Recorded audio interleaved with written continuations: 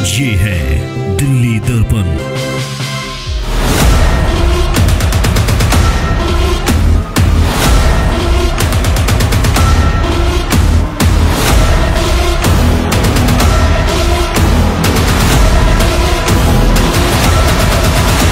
दोस्तों नमस्कार। आज दिल्ली की मुख्यमंत्री रेखा गुप्ता पर उन्हीं के आवास में उस समय हमला हो गया जब वो हमेशा की तरह जन सुनवाई कर रही थी। घटना सवेरे 8:20 की है। इस हमले के बाद पूरे देश में राजनीति गर्मा गई है। हालांकि दिल्ली पुलिस मामले की जांच कर रही है, हमलावर को हिरासत में लेकर के पूछताछ की जा रही है और ये जानने की कोशिश की जा रही है कि क्या वो किसी पॉलिटिकल पार्टी से जुड़ा हुआ था। यानी दिल्ली पुलिस इस हमले के पीछे क्या कोई साजिश है, इस तरफ भी, इस पहलू से भी जांच कर रही है। और सवाल उठाए जा रहे हैं, क्या सचमुच में ये हमला किसी ऐसे सनकी शख्स की करतूत है जो या तो पब्लिसिटी पाना चाहता है या फिर सचमुच में वो सरकार को लेकर के, प्रशासन को लेकर के, सत्ता को लेकर के इतना नाराज है कि वो इतना बड़ा कदम उठा लेता है। लेकिन क्या 4-5 महीने की सरकार में इस तरह का इतना कोई बड़ा बदलाव हो सकता है कि जनता इस कदर उद्वेलित हो जाए? तो जो भी है मामला, इस पर पुलिस तो अपनी जांच कर ही रही है, साथ में राजनीति भी शुरू हो गई है। बीजेपी ने साफ साफ इशारा किया है कि ये विपक्ष की करतूत है। हमारी हिम्मत वाली सीएम इस तरह के हमलों से घबराने वाली नहीं है, झुकने वाली नहीं है। कई नेताओं ने बढ़ चढ़ करके आगे आकर के बयान दिए हैं। दिल्ली बीजेपी अध्यक्ष वीरेंद्र सचदेवा ने भी कहा है कि इन हमलों से कुछ नहीं होगा और रेखा गुप्ता नियमित रूप से जन सुनवाई करेगी। इस हमले के बावजूद भी वो अपना ये कार्यक्रम जारी रखेंगी। और जो महिला विधायक हैं वो तो बहुत ही ज़्यादा गुस्से में हैं। वजीरपुर की विधायक पूनम भारद्वाज ने भी अपने वीडियो संदेश में कहा है कि हमारी महिला सीएम हिम्मत वाली भी है, इस तरह की तुच्छ राजनीति से वो झुकने वाली नहीं है और ना इन हमलों से डरने वाली है। तो कुल मिलाकर के ये हमले क्या सचमुच में किसी की साजिश है? यदि हाँ, तो वो साजिश किसकी है? क्या ये विपक्ष की साजिश है या फिर सत्ता में ही बैठे उन विरोधियों की साजिश है जो रेखा गुप्ता को पचा नहीं पा रहे हों? रेखा गुप्ता की इस बढ़ती लोकप्रियता को वो हजम नहीं कर पा रहे हों, जो इस बात के लिए अभी तक लगे हुए हैं कि रेखा गुप्ता को एक नाकाबिल, नाकाम और कमजोर सीएम साबित किया जा सके। और जिस तरह बीजेपी के पिछले कार्यकाल में कई बार सीएम बदले गए और उस तरह की चर्चाएं पार्टी के अंदर खाने अभी भी चल रही हैं कि बीजेपी सीएम बदल सकती है। लेकिन उस जमाने का समय और था जब मदन लाल खुराना, सुषमा स्वराज, साहिब सिंह वर्मा, ये तीन मुख्यमंत्री एक ही कार्यकाल में हुए, यानी 5 साल में 3 मुख्यमंत्री हुए। लेकिन ये मोदी का कार्यकाल है, जिसने कह दिया सो कह दिया। तो खुल करके तो ये लोग कर नहीं पा रहे हैं, लेकिन हरकतें, कोशिशें, सोशल मीडिया का सहारा लेकर के वीडियो मैसेज से ये मैसेज देने की कोशिश वो लगातार कर रहे हैं कि रेखा गुप्ता दिल्ली को संभाल नहीं पा रही हैं, कमजोर कर रही हैं। यहाँ तक कि बहुत सारे ऐसे वीडियो उनके वायरल हुए बीच में, जिसमें ये संदेश दिया गया कि रेखा गुप्ता का सारा ध्यान केवल अपने शालीमार बाग विधानसभा, उसके आसपास के इलाकों में लगा हुआ है। उनकी जो अपनी बनिया कम्युनिटी है उनको खुश करने में लगा हुआ है। रेलवे स्टेशन का नाम वो बदल रही है, व्यापारियों के लिए वो घोषणा कर रही हैं और हर किसी से बिल्कुल सहज मिल रही है। जिस तरह का जनता दरबार वो चला रही हैं, ये बहुत से लोगों को रास नहीं आ रहा है। वो जितना जनता के करीब जा रही हैं, वो जानते हैं कि जैसे जैसे रेखा गुप्ता जनता के जितना करीब जाएगी, वो उतनी पॉपुलर होगी, उतनी मजबूत होगी। तो क्या ये हमला रेखा गुप्ता को जनता के बीच जाने से रोकने के लिए किया गया है, ताकि सिक्योरिटी इतनी टाइट हो जाए कि आम आदमी आसानी से रेखा गुप्ता से मिल नहीं सके? हालांकि रेखा गुप्ता ने साफ कर दिया है कि कितने ही हमले हो जाएं, वो जनता दरबार यूं ही चालू रखेगी और जनता के बीच यूं ही सहज उपलब्ध रहेगी, बिल्कुल मिलजुल के रहेगी। लेकिन जो दूसरा बड़ा सवाल जो सब मैंने आपको बताया, एक तरफ तो विपक्ष की तो हम बात करते हैं, उसका तो काम है विरोध करना और इस तरह के वीडियो ढूंढ करके लाना। सत्ता विरोधी जो बातें हैं या ऐसे मामले ढूंढ के लाना, आए दिन प्रेस कॉन्फ्रेंस करती हैं जो आम आदमी पार्टी के जितने भी बड़े नेता हैं, सौरभ भारद्वाज हो, आजसी हो, जो इस समय नेता विपक्ष हैं विधानसभा में, वो कर रहे हैं, उनका काम है।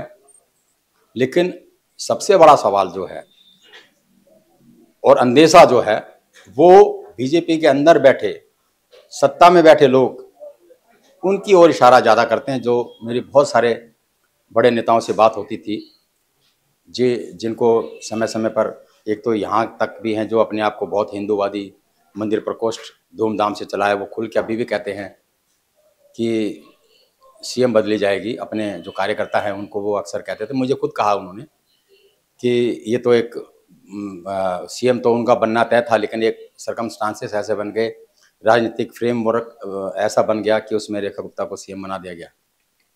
और दूसरी तरफ परवेश साहिब सिंह वर्मा, वो तो अपने आप को सीएम मान ही चुके थे और उनका सीएम मानना वाजिब भी था, क्योंकि पार्टी में जिस तरह से उनको तवज्जो दी जा रही थी, जिस तरह से उनको जिम्मेदारी दी जा रही थी, वो इस ओर इशारा कर रही थी कि दिल्ली सीएम के अगर सबसे ज़्यादा कोई प्रबल दावेदार है तो वो परवेश साहिब सिंह वर्मा है।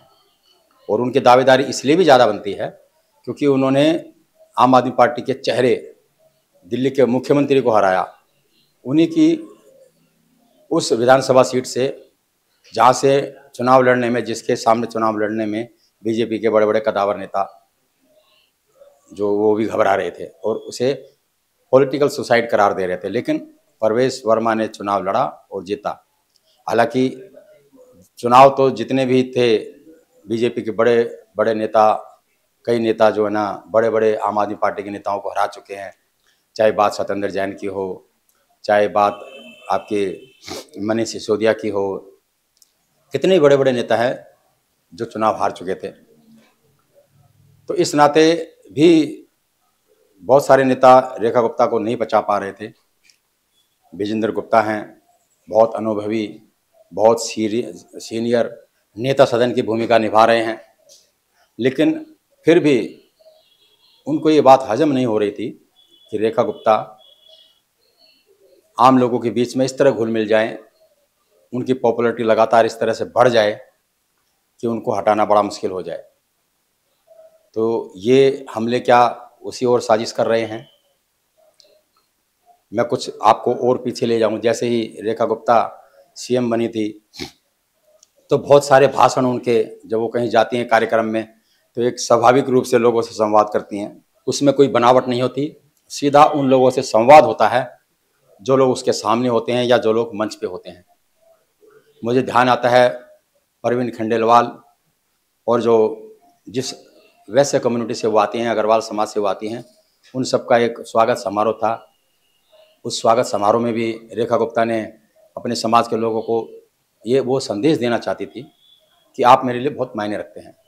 तो एक मजाक या लहजे में या कुछ भी कहिए, उन्होंने ये कह दिया कि मुझे आज अमित शाह ने बुलाया था, अमित शाह जी ने बुलाया था, लेकिन मैंने बड़े हाथ जोड़ करके उनसे निवेदन किया कि मुझे आज के दिन माफ़ करें। आज मैं मेरे अपने लोगों ने, मेरे समाज के लोगों ने मुझे याद किया है, तो मुझे वहाँ जाना है। इस बात को भी इस ढंग से प्रचारित किया गया, उसके छोटे छोटे वीडियो बनाए गए और जो शीर्ष नेतृत्व है खुद अमित शाह तक पहुँचाने की कोशिशें शुरू हुई, जिसमें ये कहा गया कि वो तो अमित शाह को भी कुछ नहीं समझ रही हैं, प्रधानमंत्री नरेंद्र मोदी को भी कुछ नहीं समझ रही हैं। तो एक बहुत सहज बात, सहज लहजे में, जो आपसे मजाक के लहजे में जो बात कही जाती है, उसमें भी राजनीति ढूंढी जा रही है। ऐसा ही मामला एक परवीन खंडेलवाल जी मंच पर मौजूद थे, बड़े सहज भाव से रेखा गुप्ता बोल रही थी कि एक समय था जब वो खुद बजट के लिए सांसद जी के आगे पीछे घूमती थी, आज सांसद जी हमारे आगे पीछे घूम रहे हैं। बहुत एक नेचुरल, स्वाभाविक मजाक के लहजे में। इसके पीछे वो एक संदेश भी देना चाहती थी कि बीजेपी है, बीजेपी में कभी भी कुछ भी हो सकता है। एक आम कार्यकर्ता भी बड़े से बड़े पद पर पहुंच सकता है। अपने उन भाषणों के जरिए वो इस तरह का मैसेज भी देना चाहती है। तो अगर उसके भाषणों की, रेखा गुप्ता के भाषणों का अगर आप विश्लेषण करेंगे तो उसमें नेचुरल स्वाभाविक स्नेह भावना ही नहीं होती, मजाक ही नहीं होता, बल्कि एक संदेश भी होता है। अब सियासतदानों को वो संदेश नहीं पकड़ना है, उन्हें तो अपनी मतलब की बात पकड़नी है और ऊपर तक पहुंचानी है, ताकि वो ये मैसेज दे सके कि रेखा गुप्ता कुछ नहीं समझ रही, किसी को भी, प्रदेश अध्यक्ष को भी कुछ नहीं समझ रही, मंत्रियों को भी कुछ नहीं समझ रही, जबकि वो कई मौकों पर, मंचों पर वो कह चुकी है कि जो मेरा मंत्रिमंडल है वो बिल्कुल मेरे साथ है, मेरे हर निर्णय के साथ है। हम सब एक साथ मिलकर दिल्ली का विकास चाहते हैं, दिल्ली का चौमुखी विकास चाहते हैं, प्रधानमंत्री नरेंद्र मोदी के सपनों की दिल्ली बनाना चाहते हैं। हालांकि वो अपने इस फैसलों में अगर कहीं कोई कमी भी रहती है तो इसके पीछे आप केवल एक रेखा गुप्ता को आप इसके लिए जिम्मेदार नहीं मान सकते। दिल्ली की पिछली सरकार की जो करतूतें हैं, जो फैसले हैं, जिस हाल में पिछली सरकार ने दिल्ली को डाला है, वो भी जितने बड़े बड़े गड्ढे भरे हैं, उन तमाम गड्ढों को भरना इतना आसान नहीं होता, लेकिन फिर भी लगे हुए हैं, वो संदेश देने की कोशिश भी कर रही है। और मैं एक चीज़ और बता दूं, एक समय भाषण में किसी बड़े नेता को संबोधित करते हुए उनके सामने ये भी कहा गया रेखा गुप्ता ने कि एक समय था कि मुझे संगठन में पद के लिए मुझे कई बड़े बड़े नेताओं के चक्कर काटने पड़ रहे थे, विनती काटने पड़ रहे थे, और देखो आज वो उनसे मैं सिफारिश लगवा रही थी, आज वो मेरे पास आ रहे हैं सिफारिश लेकर के। तो इस चीज़ों को वो इस ढंग से प्रचारित कर रहे हैं जैसा कि जिसमें ये संदेश जाए कि रेखा गुप्ता में अहंकार बहुत ज़्यादा आ गया है। लेकिन उनके इस भाषणों के पीछे संदेश ये होता था, ये वो बात कहना चाहती थी कि बीजेपी में कुछ भी हो सकता है। एक आम कार्यकर्ता भी प्रदेश अध्यक्ष बन सकता है, राष्ट्रीय अध्यक्ष बन सकता है, काम करते करते मुख्यमंत्री बन सकता है, जैसा कि वो बन गया। वो खुद कहती है उन्हें नहीं पता था कि मैं मुख्यमंत्री भी बन सकती हूँ। कहाँ तो वो टिकटों के लिए जोर आजमाइश में लगी हुई थी। शालीमार बाग विधानसभा से वो चुनाव लड़ी हैं और लगातार अब भी बहुत सारे ऐसे मामले हैं, कई बार उन्हें एक मंदिर के मामले को लेकर घेरा गया। तो एक बहुत बड़ी बीजेपी के अंदर एक लॉबी है जो इस बात का इंतजार कर रही है, मौका तलाश रही है कि कब कहाँ कोई लूज बॉल उधर की तरफ से आए और ऊपर से चौका छक्का मारा जाए, रन बनाए जाए। तो मैं ये सोचता हूँ कि क्या इस हमले के पीछे उन लोगों का दिमाग भी हो सकता है, और इसका जवाब है हाँ, हो सकता है, क्योंकि जिस तरह की घटना करा, और ऐसा नहीं कि ये सब बातें रेखा गुप्ता को पता नहीं है, सब पता है उसे, लेकिन फिर भी पूरी मेहनत के साथ वो जुटी हुई हैं, जनता के बीच जा रही हैं।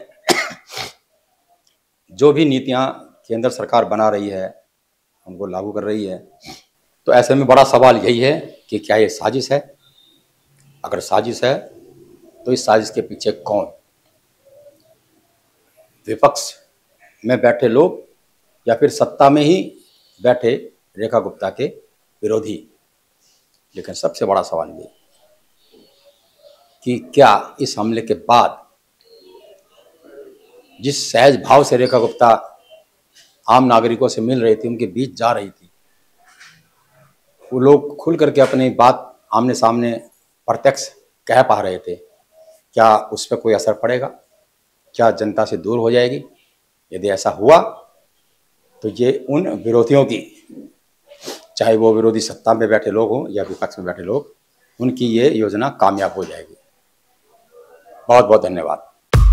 लेटेस्ट खबरों के लिए सब्सक्राइब करें हमारा YouTube चैनल या फिर लॉग इन करें www.delhidarpantv.com। खबरों की कवरेज और विज्ञापनों के लिए संपर्क करें।